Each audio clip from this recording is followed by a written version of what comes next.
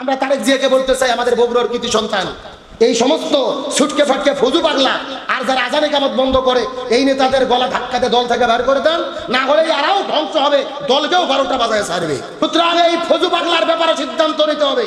আলেম সমাজকে, আলেমদেরকে কটাক্ষ করে যেই কথা বলেছে, ক্ষমা না চাওয়া পর্যন্ত একে বাংলায় বয়কট করতে হবে। মরে গেলে জানাজা আলেমের দ্বারা হবে না। আর একটা নেতা আছে ফজু পাগলা, জোরে বলেন কি পাগলা? ফজলুর রহমান ফজু, সারাটা দিন মুখের মধ্যে যা আসে তাই বলে। গত 3-4 দিন আগে একটা অংশ বলেছে যে বাংলাদেশে যারা আলেম আছে, হুজুর আছে, এদেরকে আমি দাম দেই না, টাইম দেই না। কারণ আলেম ওলামা 500 টাকা 1000 টাকা এদের কিনতে পাওয়া যায়, এদের কোনো কমন সেন্স নাই, এদের আমি পাত্তা দেই না।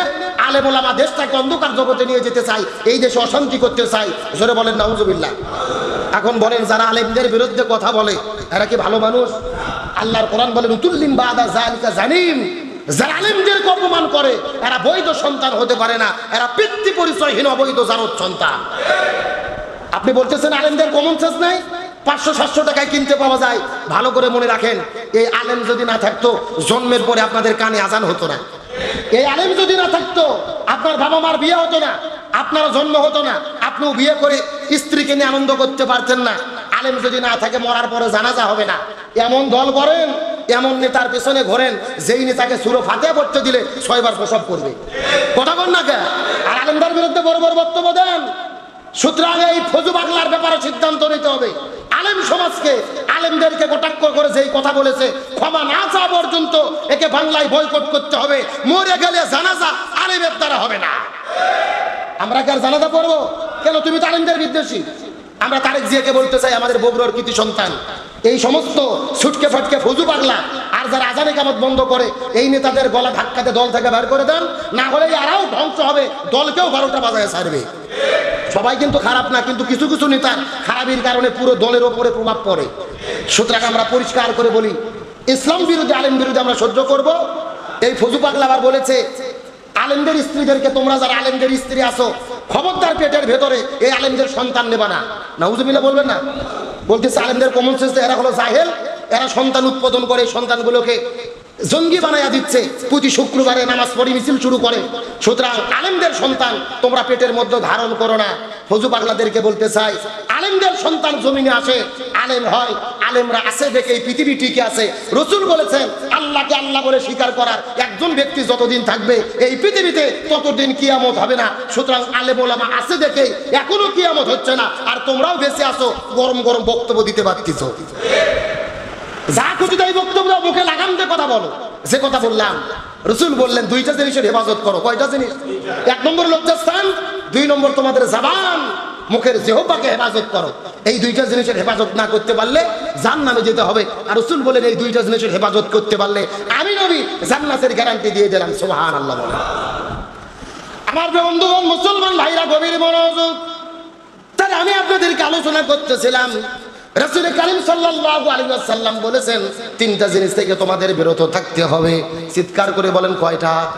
1 নম্বর হলো লোভ, 2 নম্বর হলো হিংসা, আর 3 নম্বর হলো অহংকার। অহংকার করা যাবে না।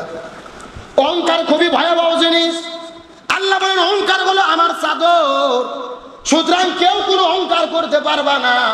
তিরমিজি শরীফের হাদিসের মধ্যে এসেছেন, তিরমিজি শরীফের 2492 নম্বর হাদিসের মধ্যে এসেছেন, রাসূল কারীম সাল্লাল্লাহু আলাইহি ওয়াসাল্লাম বলেন এই দুনিয়ার মধ্যে যারা অহংকার করবে, অহংকার করে জীবন যাপন করবে, ওই হাসরের ময়দানে এই অহংকারকারী ব্যক্তিদেরকে আল্লাহ তাআলা পিঁপড়ার মতো বানায়া হাসরে উত্তোলিত করবেন। নাউজুবিল্লাহ বলেন। এই দুনিয়ার মধ্যে যারা অহংকার করবেন আল্লাহ হাসরের ময়দানে তাদেরকে কি বানায়া উঠাবে? আরো জোরে বলেন। আল্লাহ তাআলা অহংকারী ব্যক্তিদেরকে পিঁপড়া বানায়া হাসরের ময়দানে উত্তোলিত করবেন। হাদিসের মধ্যে রাসূল বলেন অহংকারকারী ব্যক্তিদেরকে হাসরের ময়দানে আল্লাহ রাব্বুল আলামিন জাহান্নামের ভেতরে তাদেরকে খাইতে দেবেন জাহান্নামের রক্ত এবং পশ। রক্ত এবং পশ হবে তাদের খাদ্য। আর আল্লাহ রাব্বুল আলামিন অহংকারী ব্যক্তিদেরকে ওই জাহান্নামের ভেতরে একটা জেলের মধ্যে বন্দী করবেন, যে জেলের নাম হলো বুলাস। এই বুলাস নামক জেলখানার ভেতরে, ওই জাহান্নামের ভেতরে আল্লাহ তাআলা অহংকারী ব্যক্তিদেরকে আবদ্ধ করে ফেলবে, আর অহংকারী ব্যক্তিদেরকে আল্লাহ তাআলা পিঁপড়ার মতো মোড়ায়া একত্রিত করে পোষা রক্তগুলোকে খেতে দেবে। হাদিসের মধ্যে রাসূল বর্ণনা করে বলে, এই অহংকারী ব্যক্তিদেরকে আল্লাহ রাব্বুল আলামিন যখন হাসরের ময়দানে বিচার করবে, আল্লাহ তাআলা বড় রাগান্বিত হয়ে তাদের দিকে তাকাবে। এখন আপনাদের জিজ্ঞাসা করি, বলেন তো, আল্লাহ যদি হাসরের ময়দানে কারো উপরে রাগান্বিত হয়ে যায়, এদের অবস্থা ভালো নাকি খারাপ? আরো জোরে বলেন। আর মানে বোঝা গেল, এই দুনিয়ার ভেতরে কে কত টাকার মালিক হয়েছেন, কার কত জমি হয়েছে, কে কত কোটিপতি হয়েছেন, কয়টা গাড়ির মালিক হয়েছেন, আল্লাহ কেমন সম্মান দিয়েছে, কেমন চেয়ার আল্লাহ তাআলা দান করেছে, খবরদার খবরদার খবরদার, যে যেইভাবে সম্মানিত হন না কেন, অহংকার করা যাবে। অহংকার হলেন আল্লাহর চাদর। আল্লাহ বলছে, চাদর নিয়ে যারা টানাটানি করে, আমি আল্লাহ তাআলা আমার ইজ্জতের উপরে তারা হাত দেয়। খবরদার, তোমরা অহংকার করতে পারবে না। অহংকার করলে তোমাদের অধপতন হতেই হবে, কারণ অহংকার হলো অধপতনের মূল। যখন কোনো ব্যক্তি অহংকার করে, মনে করবেন ওই ব্যক্তিদের ধ্বংস অনিবার্য হয়ে যায়।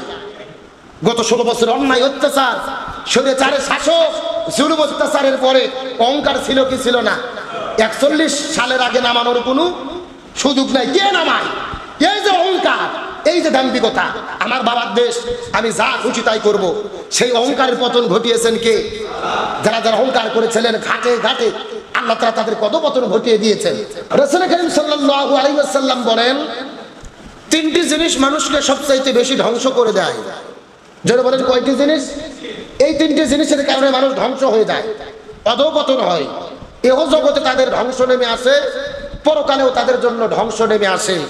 এই 3টি কাজ থেকে রাসূল করিম সাল্লাল্লাহু আলাইহি ওয়াসাল্লাম বারবার আমাদেরকে বিরত থাকার জন্য নির্দেশ দিয়েছেন, ওসিয়ত করেছেন, নসিহত করেছেন, আমাদের বারবার দিক নির্দেশনা দিয়েছেন। একটু চিৎকার করে বলেন, কয়টি কাজ?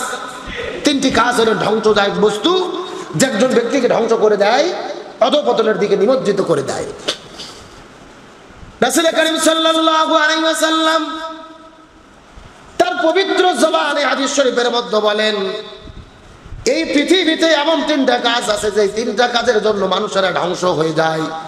এও জগৎ পর জগতে তারা ধ্বংসপ্রাপ্ত হবেন, দুনিয়ার মধ্যেও শান্তি পাবে না, আখিরাতেও তাদের জন্য কোনো কল্যাণ নেই।